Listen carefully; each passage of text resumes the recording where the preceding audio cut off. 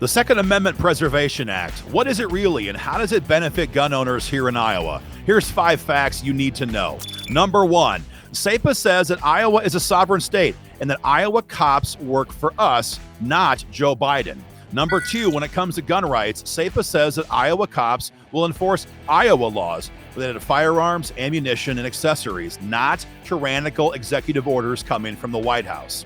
Number 3, to make sure that blue cities follow SAPA law, SAPA has civil penalties built into them. So if a gun owner's rights are violated, he could take that department into civil court for damages.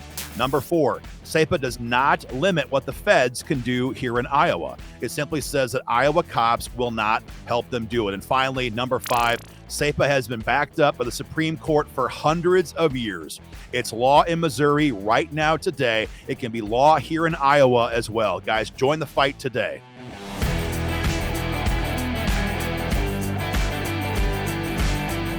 Hey guys, Aaron Dorr here with Iowa Gun Owners. So that was the short version. But now I want to take some time and explain to you guys the details of SAPA so you have the information you need to help us put pressure on the politicians here in Des Moines to make this happen this year. At its heart, SAPA is a 10th Amendment state sovereignty concept. What it says is this is a sovereign state, that Iowa taxpayers fund Iowa cops to enforce Iowa laws, which are backstopped by our own Constitution. And we're not going to let the federal government commandeer or simply command the support of Iowa cops to enforce federal gun control. You see, Joe Biden lost control of the House in November, but he's still coming after us with unconstitutional executive orders. He signed many of them last year. But Joe Biden, as every tyrant, is counting on state and local law enforcement agencies right here in Iowa to enforce them.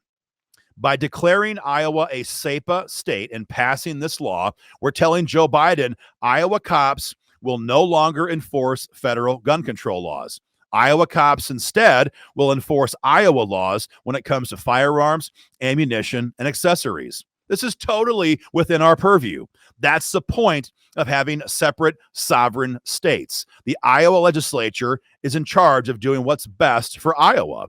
We're not simply an appendage for an out-of-control madman in the White House. SAPA law specifically, again, orders Iowa cops to enforce Iowa law. And then because we know that some of our blue cities, Des Moines, the Quads, maybe Sioux City, Waterloo, and many others, we know they're going to want to try to violate this. We know it because they have opposed every expansion of gun rights here in Des Moines going back for 15 years. Because we know that, we need to build a mechanism in SAPA law to make them comply. And we're going to do that by putting civil penalties into the bill.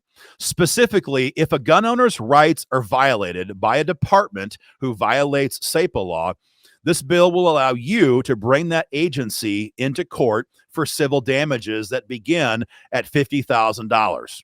And that way you have the direct power to protect your own rights. There's no need for the governor to weigh in or the AG to weigh in. You can simply take that department into court on your own. That is real, tangible teeth that we need to protect gun owners here in Iowa. Now, of course, the media and some politicians are going to try to say, well, this is anti-cop. This is anti-cop. That's absolutely asinine.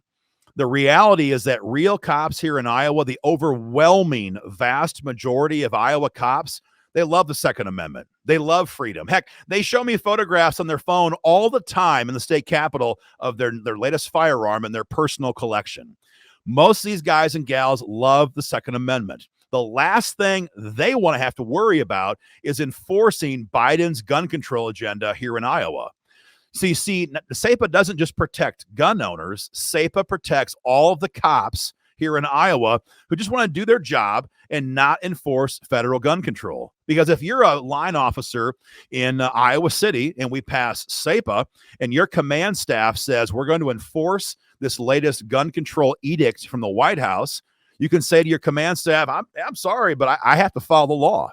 And the law here in Iowa says that I can only enforce state laws when it comes to firearms and ammunition. So SAPA is very much pro-cop.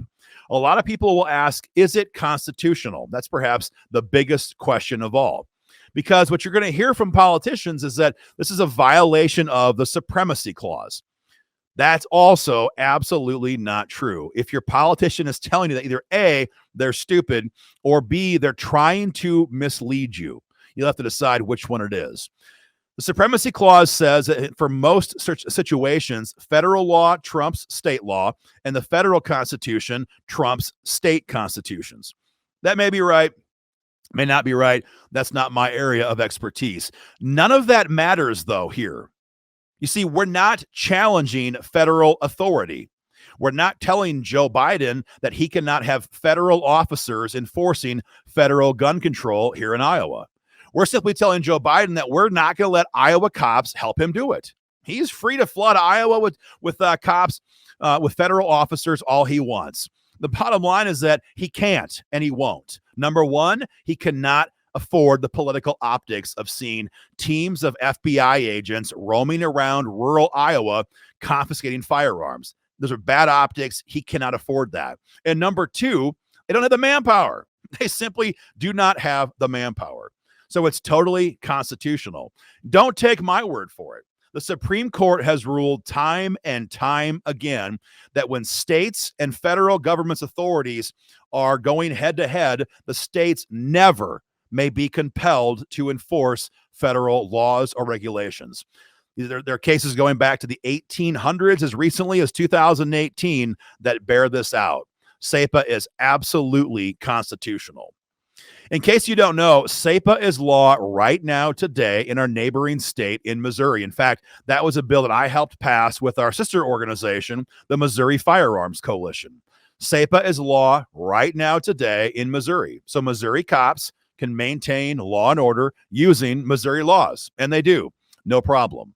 The DOJ has tried to overturn SAPA in Missouri multiple times.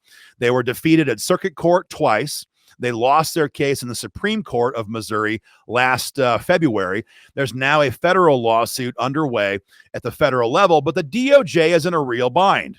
You see, if the federal judge sides with the DOJ of Missouri and overturns SAPA, it will be appealed to the 8th Circuit Court of Appeals. And we have a very strong chance as gun owners of winning at that level.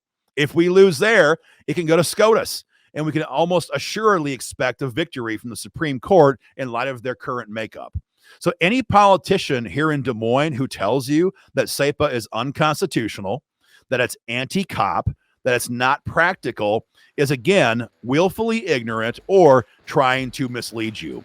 The only way we can protect Iowans from an out-of-control tyrant in the White House who is passing gun control left and right by executive orders is by simply not helping him enforce them here in Iowa. That's what SAPA does. We need to have it right away, guys. Get involved in our fight. Hit the website for more information and take a stand today and help us make Iowa the next Second Amendment Preservation Act state. Thank you.